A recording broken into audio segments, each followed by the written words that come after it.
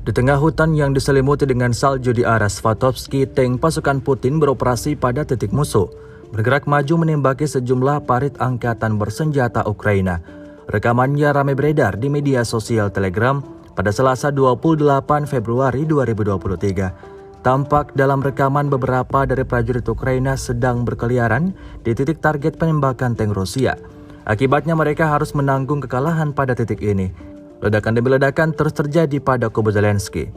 Rentetan ledakan datang dari tank Rusia seperti yang terlihat dalam rekaman. Hingga video ini beredar, beragam komentar dituliskan warganet.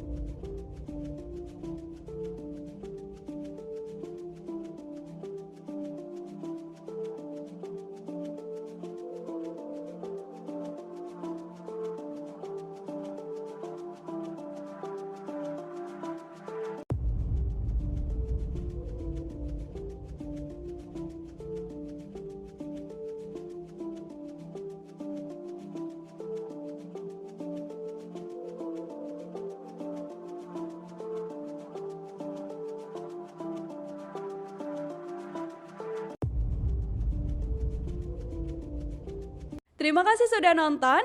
Jangan lupa like, subscribe, dan share ya.